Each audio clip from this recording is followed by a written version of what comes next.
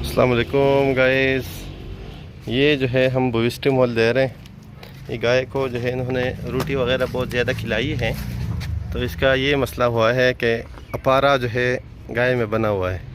अब इसको ये बुविस्टी मोल इस्तेमाल करके, ये चूँकि आपको पता है कि ये र्यूमन बूस्टर का कंपटीटर है और ये जो है इम्पोर्टेड है पाकिस्तान में। तो ये हम यूज़ करके तो देख रहे हैं, इसका रिज़ल्ट वगैरह चेक करेंगे कि कैसा रिज़ल्ट है। इसको बनाते हैं अभी।